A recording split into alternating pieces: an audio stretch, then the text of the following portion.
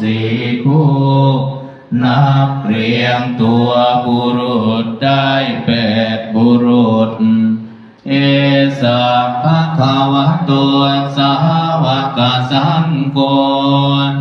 นั่นแหละสงฆ์สาวกของพระผู้มีพระภาคเจ้าอาหุนายโย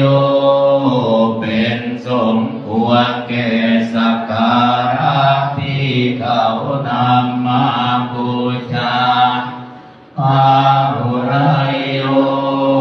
เป็นสมควรแก่สักการะที่เขาจัดไว้ต้อนรับ